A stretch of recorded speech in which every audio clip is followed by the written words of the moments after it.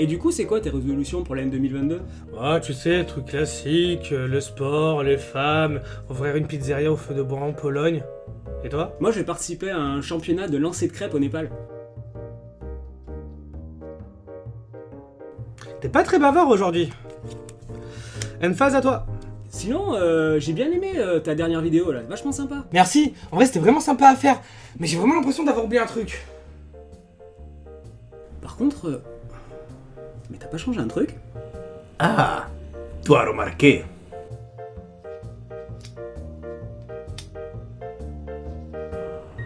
Putain! C'est pas possible! Sérieusement, sans déconner, comment il fait? 3 fois? Encore. 3 fois, j'en ai plein le cul, vraiment!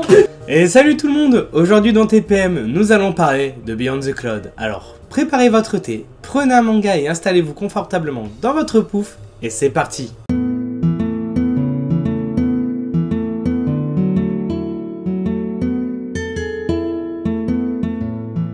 Beyond the Cloud est un manga écrit par Nick, une jeune mangaka qui débute avec cette œuvre. On démarre le manga dans la ville jaune, qui est une zone industrielle extrêmement polluée. C'est ce qui donne cet aspect jaunâtre. Nous faisons la rencontre de Théo, un jeune artisan fan de lecture, vivant dans un atelier géré par Monsieur Shikuwa. Je ne vous avais pas reconnu, l'équipage au chapeau de paille. Mais aussi de Marie et de Bingo. Petite Marie. Après chaque fin de journée, Théo aime aller sur l'île des rêves, qui est un endroit merveilleux, loin de toute cette pollution où l'air est sain et les oiseaux chantent. Ah, je déconne, en réalité c'est qu'une vulgaire déchetterie. Ouais, c'est pas ouf comme destination de rêve. Venez découvrir nos magnifiques panoramas insalubres. Nos animateurs, choléra, paludisme égal, vous proposeront des activités uniques dans un cadre qui défie l'hygiène et la santé publique. L'île des rêves, quand pollution rime avec imagination. En fouillant les déchets, il découvre un ange, Nouveau axe provocation. Fait même tomber les anges. à l'apparence d'une petite fille. Et toute ressemblance avec un manga existant serait purement fortuite. Théo remarque qu'elle a perdu une aile, et il décide de la ramener chez lui pour mieux la soigner. La page d'après, la jeune fille se réveille et se demande où elle se trouve. Théo lui explique qu'il l'a trouvée il y a 2 jours dans la déchetterie, et qu'elle a perdu son aile.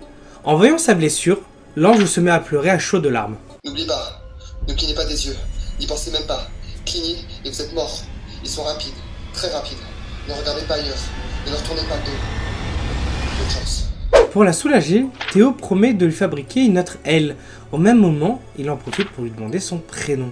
Et on découvre qu'elle s'appelle Mia. Et le premier chapitre se termine avec Théo se demandant ce que ça fait d'avoir des ailes. Si j'avais une queue, elle me ferait bondir, frétiller, envoyer un ballon jusqu'au ciel. Au début du 2e chapitre, notre jeune mécanicien pose des questions sur la vie de Mia.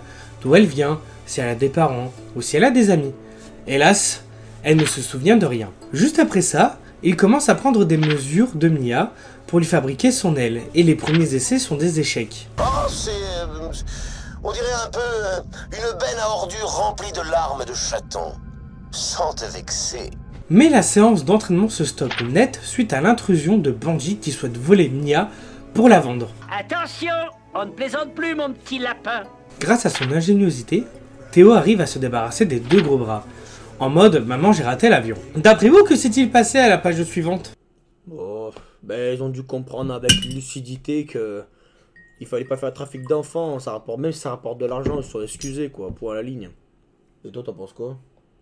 Ah, franchement, je l'aurais pété le gamin, moi.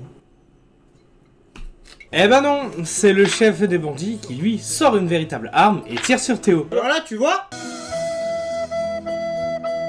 Alors, c'est logique, Eric. Et en plus, il se marre parce qu'il a tiré sur un enfant. C'est vrai que c'est drôle. Bonne année! Bonne santé! Meilleurs vœux! Waouh, ce sketch fait tellement américain. Donc je disais, Mia voit Théo inconscient et elle rentre dans une grosse rage et libère un pouvoir caché jusqu'à maintenant. C'est une sorte de chat noir gigantesque et attaque les 2 malfrats. Oups, pardon, mauvaise image. Notre jeune artisan se réveille de sa blessure, pas si grave que ça, faut croire. Je l'ai fait exprès de dire que j'étais mort. Et constate que les 3 bandits sont évanouis et que Mia ne se contrôle plus.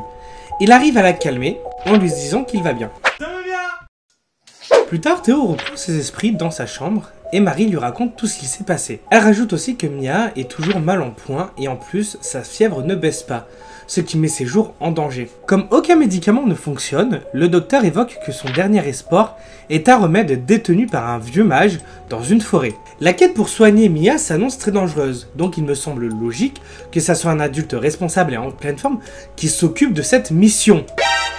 Ah bah ça c'est une surprise. Quoi? Mais il est blessé!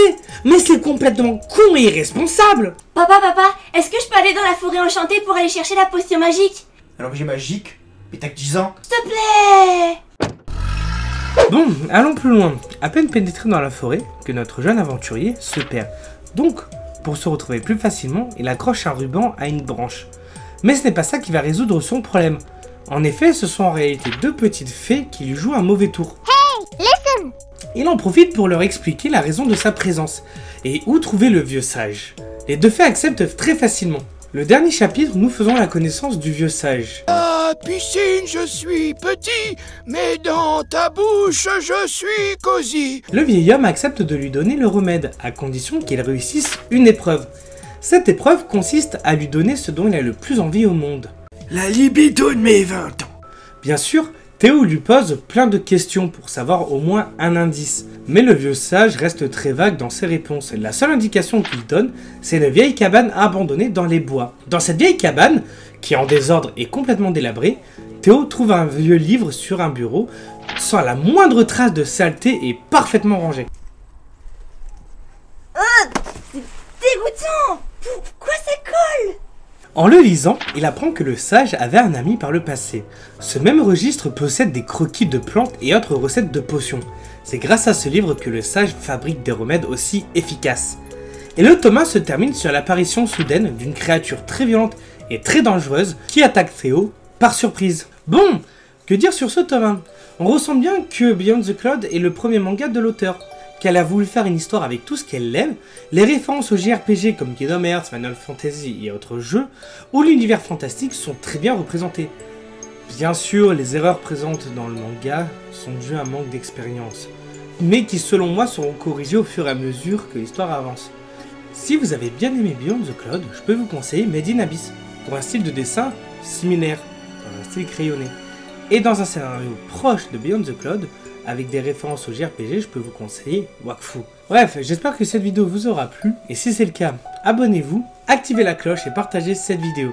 C'était Flame, et je vous dis à bientôt pour un prochain TPM. Ciao ciao!